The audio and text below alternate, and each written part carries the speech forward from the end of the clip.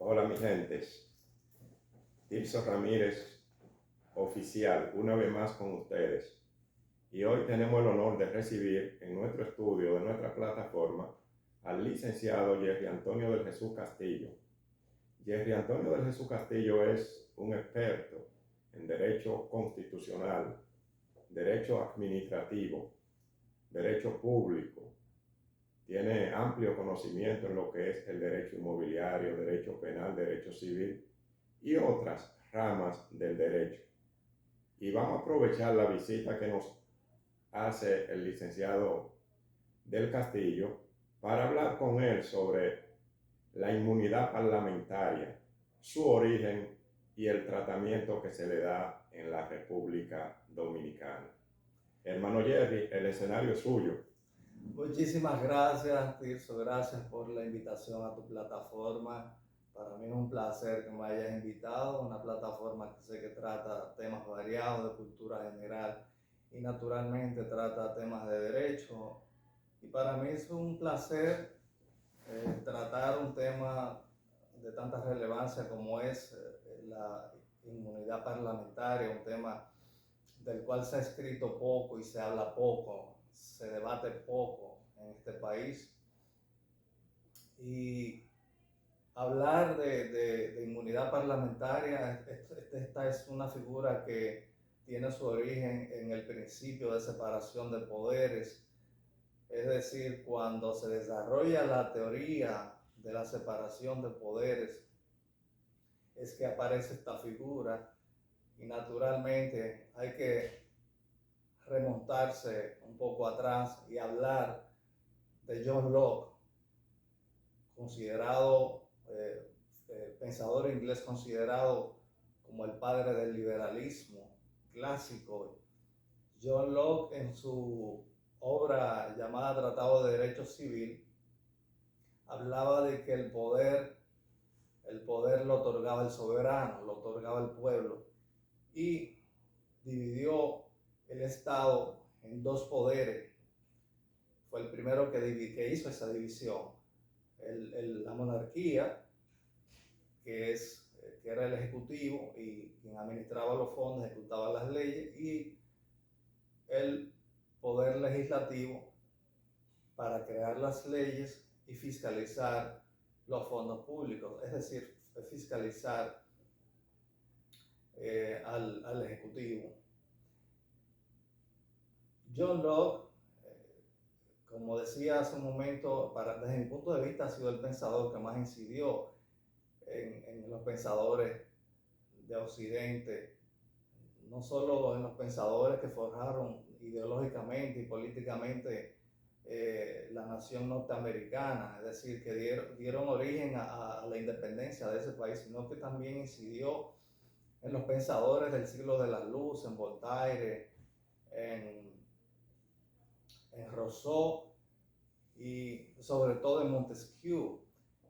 Sobre todo en Montesquieu, vamos a hacer una parada ahí, porque es precisamente Montesquieu, en su célebre obra El espíritu de las leyes, publicada en 1748, cuando agrega a esta división, influenciado por Locke, agrega a esta división otro poder, que es el poder judicial, es decir, divide el Estado en tres poderes clásicos que hoy permanecen en las democracias de Occidente y significan la base, el soporte de las democracias de Occidente. El poder ejecutivo, quien administra y ejecuta las leyes; el poder legislativo, que hace las leyes y fiscaliza al ejecutivo, sobre todo en lo que tiene que ver con la ejecución presupuestaria; y el poder judicial, que es el poder que dirime los conflictos surgidos de la aplicación de las leyes, ya sea por los conflictos dados entre el Estado y los administrados o conflictos meramente particulares. Pero Montesquieu en esta obra no solamente estableció la división de poderes como un sistema de pesos y contrapesos, es decir, para que un poder vigile y controle al otro, sino que además agregó la figura de la cual estamos hablando en estos momentos, que es la inmunidad parlamentaria, y la desarrolló sobre la base de tres componentes. Primero, la inmunidad por opinión.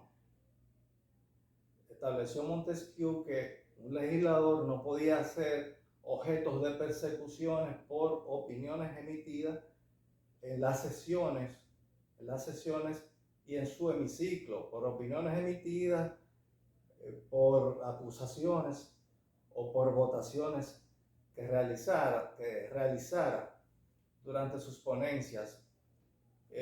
También tenemos el componente de la inmunidad penal. La inmunidad penal, es decir, que ningún legislador podía ser perseguido penalmente si antes la Cámara a la que pertenezca, sin antes retirarle su inmunidad a solicitud de una autoridad judicial competente. Pero esto comprende no únicamente el tema de la persecución penal, sino que tampoco podía ser procesado. Y hay una pregunta. Ya tú has explicado de manera clara, precisa, coherente el origen de esta figura de la inmunidad parlamentaria. Pero ¿cómo tenemos ese tema aquí en República Dominicana? ¿Cuál es la base legal? ¿Y cómo andamos aquí? ¿A qué altura andamos aquí? ¿Cómo tú valoras el tratamiento que se le da a la inmunidad parlamentaria en República Dominicana? Aquí, lastimosamente, hay que decir que no se tiene una idea del alcance de lo que significa inmunidad parlamentaria. No se tiene idea, y no se tiene la idea del alcance, y lo vamos a explicar un poquito más adelante. La base de esta figura, obviamente, o naturalmente, se encuentra en la Constitución Dominicana de 2010, artículos 85, 86, 87. En el caso del 85, establece la inmunidad de opinión, es decir, que tal y como lo desarrolló Montesquieu, está establecido en la Constitución Dominicana. La inmunidad de opinión, que significa que un legislador no puede ser perseguido por las opiniones y las acusaciones que haga en las sesiones, en su hemiciclo. La inmunidad penal, que no puede ser perseguido penalmente ni procesado sin que antes el pleno de la Cámara a que pertenezca le retire el fuero legislativo, la inmunidad parlamentaria, previa solicitud de una autoridad judicial competente, y el privilegio de jurisdicción para, en caso de que le sea retirada la inmunidad a algún legislador, entonces este sea procesado por las más altas instancias judiciales del país, en este caso por la Suprema Corte de Justicia y la Procuraduría General de la República. Y en el caso del artículo 87, habla del alcance, alcance de la inmunidad parlamentaria. Establece el constituyente que, naturalmente, es una figura que fue desarrollada tal cual, por Montesquieu, y tal cual está plasmada en la Constitución Dominicana. Establece que la inmunidad parlamentaria no es un privilegio del legislador, sino que es un privilegio de la Cámara a la cual pertenece. Oh, mira qué bien. O sea que la inmunidad parlamentaria no se puede ver como que es un privilegio al legislador, sino un privilegio al órgano al cual pertenece, ya sea el Senado o la Cámara de Diputados. Claro, y que es correcto. Y que si alguna autoridad judicial hiciera la solicitud a la Cámara que corresponda para que le sea retirada la inmunidad parlamentaria a un legislador. Tengo una pregunta con relación a eso ahí. Lo remite, entonces la Constitución remite a que la Cámara haga un reglamento para que regule el procedimiento que se va a seguir sobre la solicitud de referencia. En la Cámara, en este caso en la Cámara de Diputados, ¿hay alguna comisión o algún departamento que se encarga de recibir la acusación o la solicitud que se haga en contra del legislador cuando la autoridad competente entienda que el legislador ha cometido algún delito, ha violado alguna norma? La solicitud se hace vía Secretaría Legislativa. Eso establece el reglamento interno de la Cámara de Diputados. Y luego entonces el Pleno en su próxima sesión tendría que conocer sobre esa solicitud. Y en esa sesión pudiera tomar una decisión o puede auxiliarse de la Comisión de Ética, lo cual conllevaría ya que se abra un proceso, todo un proceso con las garantías debidas. Se nombra un fiscal instructor y se instruye el proceso, ¿verdad? Se hacen las investigaciones correspondientes y entonces esa comisión determinará o sea, le rendirá un informe al Pleno, al presidente, al Pleno, en donde recomienda que se le retire, si así las pruebas, si existen las pruebas, le retire la inmunidad parlamentaria o en cambio rechace su retiro. Entonces ese es el procedimiento que está establecido actualmente. Sí, vemos que en el reglamento de la Cámara está estipulado el tema y establece el artículo 69, las faltas y sanciones, y dice que el Consejo de Disciplina aplicará el régimen sancionable previsto en el presente título. Entonces ahí estableces las causas por las que un legislador puede ser sancionado y tiene 12 numerales. De modo que dice este artículo que, por ejemplo, si un legislador dice que si comete o incurre en violación de las normas establecidas en el reglamento de la Cámara, esto puede ser objeto para ser sancionado. Y también habla de la desobediencia por parte del diputado a un llamado al orden hecho por el presidente es decir, el presidente de la Cámara. Ojo que, aunque hay una inmunidad de opinión, el presidente de la Cámara, cuando un diputado pues se sale de los parámetros en su ponencia, en una asamblea, el presidente puede llamarle al orden para que él se encarrile y respete los parámetros, el protocolo que está establecido en él. Sí, son procedimientos para las actuaciones del diputado como legislador per se.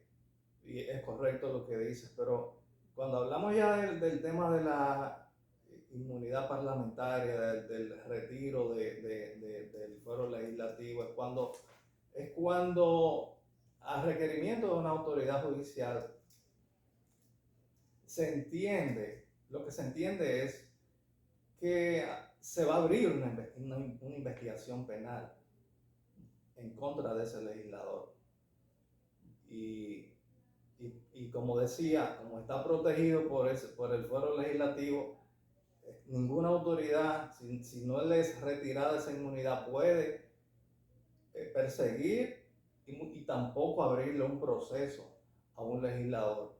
Y decía hace unos minutos que quería hacer énfasis y eso fue parte de tu pregunta, que cómo es en la práctica que está ocurriendo con el tema de la inmunidad parlamentaria aquí.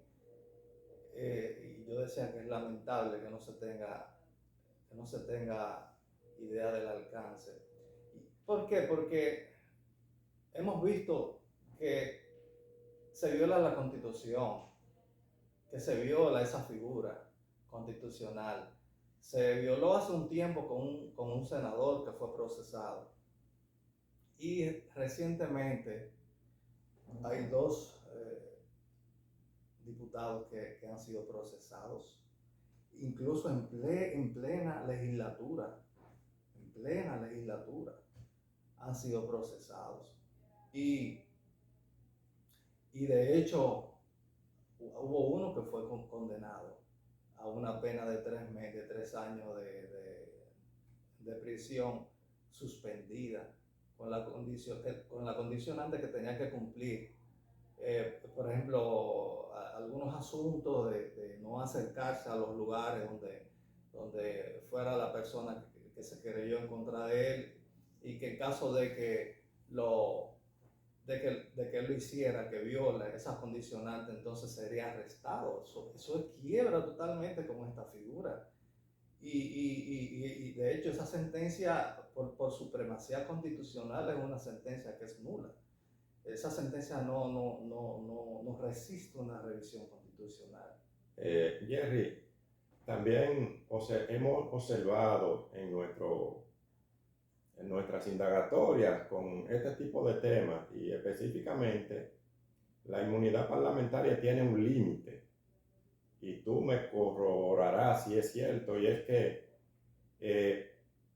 tanto el diputado como el senador está investido de esa inmunidad parlamentaria, pero el diputado o senador que es sorprendido en flagrancia, entonces no está cubierto por la inmunidad parlamentaria. Es correcto, es la única excepción que hace esta figura, que solo puede ser perseguido penalmente o procesado cuando hay flagrancia, en el mismo momento en que se está de la ocurrencia del hecho. Es la única manera, es la única excepción que establece esta figura. Fuera de ahí no hay forma, porque él está protegido,